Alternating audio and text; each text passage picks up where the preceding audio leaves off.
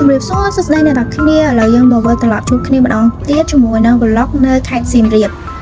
ដោយអ្នកនរគ្នាបានដឹងហើយពីមុនមកគឺខ្ញុំបានធ្វើ vlog លក្ខណៈថាមកកន្លែងដូចជាហាងកាហ្វេដូចជា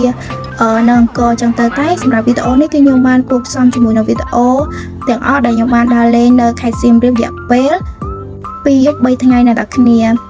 ដោយអ្នកនរគ្នាបានឃើញអញ្ចឹងគឺខ្ញុំចេញពីទីក្រុងភ្នំពេញហើយឥឡូវខ្ញុំមកដល់កន្លែងញ៉ាំបាយថ្ងៃត្រង់ហើយពេលដែលខ្ញុំញ៉ាំហើយគឺខ្ញុំនឹងបន្តដំណើរចេញទៅទៀតដើម្បីឆាប់ទៅដល់គោលដៅរបស់យើងអញ្ចឹងណាបន្ទាប់ពីញ៉ាំបាយហើយក៏បន្តដំណើរទៅមុខទៀតហើយខ្ញុំក៏ឆ្លៀតគេងតិចទៅឥឡូវយើងក៏មកដល់កន្លែងមើលត្រីនៅខេត្តសៀមរាបហើយអ្នកនរគ្នាមិនជាទៅដល់ទីរួមខេត្តទេតែនៅជាដែរទេជាទៅប្រហែលជាប្រហែលគីឡូទៀតមិនបានដល់ទីក្រុងសៀមរាបចឹងណាហើយខ្ញុំក៏បានឆ្លៀតចូលមើលក៏បានថតរូបធ្វើជាវីដេអូចែកជូនអ្នកនរគ្នាមើលដោយសារតែវីដេអូមុនហ្នឹងគឺខ្ញុំបានធ្វើពីវីដេអូនៅអាំងត្រីនៅហើយអ្នកនរគ្នាហើយខ្ញុំក៏បានរៀបរាប់ច្រើនណាស់ដែរអញ្ចឹងក៏ខ្ញុំធ្វើវីដេអូមួយនេះអត់សូវបានរៀបរាប់របស់ក្បាយទេគឺកាត់អ្នកនរគ្នាតែបើសិនអ្នកនរគ្នាបានទៅលេងខេត្តសៀមរាបកុំភ្លេចចូលទស្សនាមើលលេងតើអ្នកគ្នាចឹងណាបានទៅម្ដងអីចឹងទៅឲ្យដឹងថានៅនឹងមានអីខ្លះពេលទៅដល់សៀមរាបភ្លាមគឺអ្នកនរគ្នាយាយក៏បានធ្វើម្ហូបចាំទទួលចឹងណាបន្ទាប់មកថ្ងៃស្អែកឡើងគឺខ្ញុំបានធ្វើដំណើរទៅលេងនឹងអង្គរអ្នកនរគ្នាហើយខ្ញុំក៏បានជាថតជាវីដេអូបង្ហាញពីប្រាសាទអង្គរវត្តចឹងណាអ្នកនរគ្នាខ្ញុំអត់សូវបាននិយាយក្បោះក្បាយពីវីដេអូហ្នឹងទេពួកអីខ្ញុំអត់សូវបកកាយនិយាយចឹងណាហើយដល់មួយខ្ញុំបានថតតែប្លង់ស្អាតចឹងទៅក៏ចង់ឲ្យអ្នកនរគ្នាមើលពីប្លង់មួយដែលអាចថតចង់ទៅលេងអីអាចថតរូបបានស្អាតហើយឃើញប្លង់ប្រាសាទអង្គរវត្តច្បាស់ល្អចឹងទៅ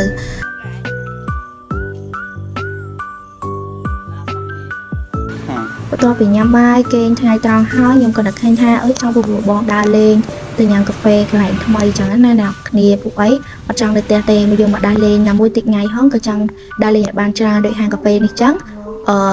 គេមានប្រើជាប្រភេទមនុស្សយន្តសម្រាប់ទទួលយកភេសជ្ជៈយកមកឲ្យភ្ញៀវចឹងណាអ្នកគ្នាដោយសារពេលហ្នឹងក្តៅខ្លាំងអ្នកនរគ្នាខ្ញុំក៏បានកំងជាប្រភេទអាសិនតកកចឹងណាញ៉ាំទៅជូរអែមមានអីfresh តាអ្នកនរគ្នាហើយពេលថ្ងៃស្អែកឡើងប៉ាម៉ាក់ក៏នាំដើរលេងម្ដងលើកហ្នឹងគឺយកមកសួនផ្កាពីមុនគេហៅថាភូមិវប្បធម៌អ្នកនរគ្នាដល់ពេលឥឡូវគេបដូរឈ្មោះហើយណាមួយឥឡូវហ្នឹងក៏គេកំពុងតែរៀបចំបោះសម្អាតអីដែរ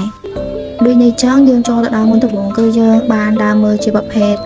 មនុស្សគំនួនចឹងណាអ្នកនរគ្នាហើយក៏ដើរលេងក្នុងសួនច្បារមើលទៅមានអីខ្លះចឹងទៅ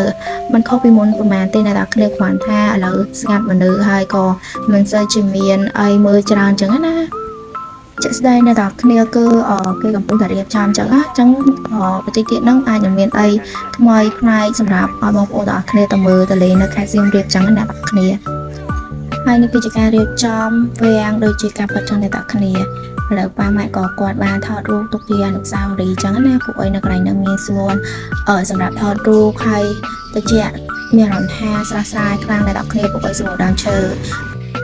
បន្ទាប់ពីចេញពីកន្លែងសួនមកអ្នកនរគ្នាប៉ាម៉ាក់ក៏បាននាំឲ្យទូសិភានៅព្រះអង្គជ័យព្រះអង្គចោមជាកន្លែងស័ក្តិសិទ្ធិដែលយើងគ្រប់គ្នាតែងតែចូលទៅអុជធូបដើម្បីសុំពរជ័យចឹងណាអ្នកនរគ្នាបន្ទាប់មកល្ងាចទេប៉ាម៉ាក់ក៏នាំមកញ៉ាំ buffet នៅ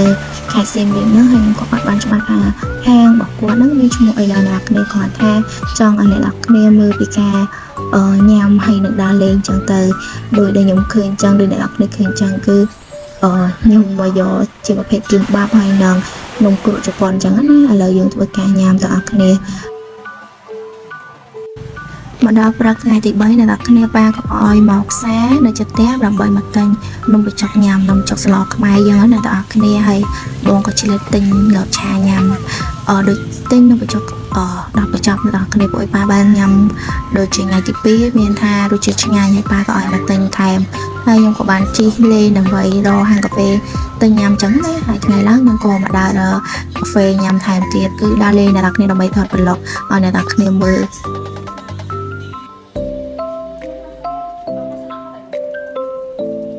អ្នកនរគ្នាបានធ្លាប់មើលវីដេអូមុនហើយថានេះជាហាងកាហ្វេមានឈ្មោះថាឆាមីវចឹងណាហើយខ្ញុំក៏បានកំងជាប្រភេទតែវ៉ាន់ញ៉ាំខ្ញុំនៅទៅនឹកឃើញរសជាតិតែវ៉ាន់ហ្នឹងគឺខ្ញុំចូលចិត្តញ៉ាំមានអារម្មណ៍ថាឆ្ងាញ់ជាមួយនំពេញខ្ញុំនឹងរើញ៉ាំដែរតែខ្ញុំមិនដឹងថានៅកន្លែងណាមានលក់ទេអ្នកនរគ្នា That's all. I have to be away from. ដោយសារតែវីដេអូមុនគឺបានរៀបរាប់ប្រាប់អ្នកនរគ្នាច្រើនណាស់ដែរហើយអញ្ចឹងវីដេអូនេះគឺខ្ញុំសង្ខេបអត់ចង់និយាយច្រើនអញ្ចឹងទៅពួកអីវីដេអូយើងរៀនច្រើនដែរដូចអ្នកនរគ្នាឃើញចឹងផ្អាមនោះគឺខ្ញុំមានលក់អាចក៏មក order បានបន្ទាប់មកខ្ញុំក៏ចេញពីហាងកាហ្វេហ្នឹងក៏នឹកឃើញថាចង់មកផ្សារលើនៅខេត្តសៀមរាបដែលមានលក់អាំងជូរថោកហើយស្អាតរបស់អ្នកនរគ្នាក៏ចង់មកសាកមើលម្ដងព្រោះអីមកសៀមរាបពីរដងហើយអត់ដែរមកលេងនៅផ្សារលើទេដូចអ្នកនរគ្នាឃើញចឹងខ្ញុំកំពុងតែរើរោ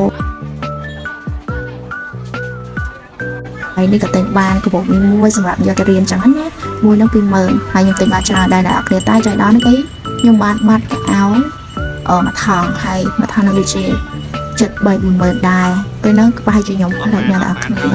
ហើយខ្ញុំក៏បានចេញមកវិញមកពេលហ្នឹងអត់ដឹងហើយដល់ពេលមកផ្ទះវិញបាត់ដែរអត់ឃើញមិនដឹងថាបាត់